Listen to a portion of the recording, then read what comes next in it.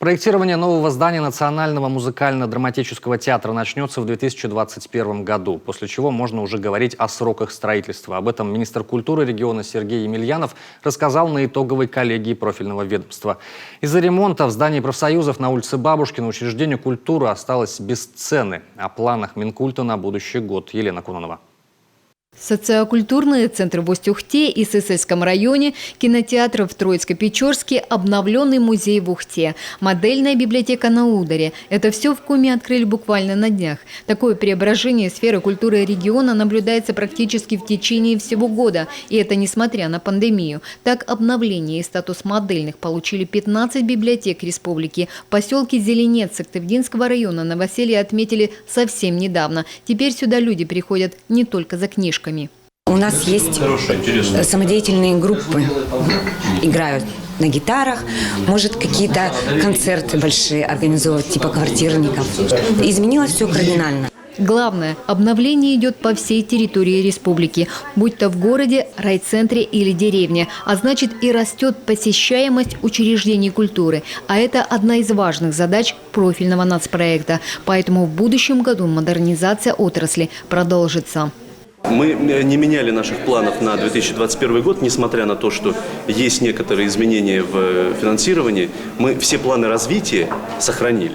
Поэтому и библиотеки, и строительство новых социокультурных центров, и преображение других учреждений культуры, все это останется в том же объеме.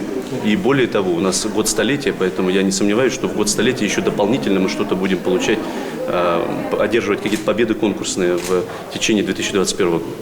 Большой упор делается и на цифровизации отрасли. Так, в следующем году в Коми запустят в разработку мобильное приложение. Оно на одной платформе объединит всю информацию о культуре и туризме в республике. Здесь же соберут афиши мероприятий. Будет возможность приобрести билеты в театры или музеи, построить маршруты – культурно-просветительские и туристские. На сегодняшний день такая возможность в усеченном формате есть на базе приложения «Культура.рф». Это прекрасное приложение, которое доступно и для пользователей систем iOS, Android. Вы можете скачать, набрать геотег Сыктывкар, Устинск, Воркута, увидеть прекрасную афишу выставки, концерты. Более того, это приложение, в котором доступен прямой переход на сайт учреждения, с которого вы можете приобрести билеты. И фактически вы в один клик попадаете в любой драматический театр нашего региона, в музей или в муниципальный дворец культуры.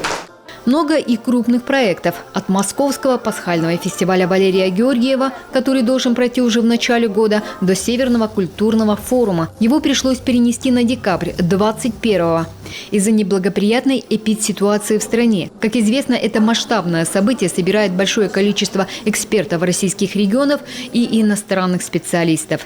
И это важная и значимая история для региона и для того, чтобы регион заявился среди уже существующих региональных культурных форумов, но тем не менее он предполагается, что будет с большой международной составляющей. Мы надеемся, что это случится с учетом существующей пандемической ситуации.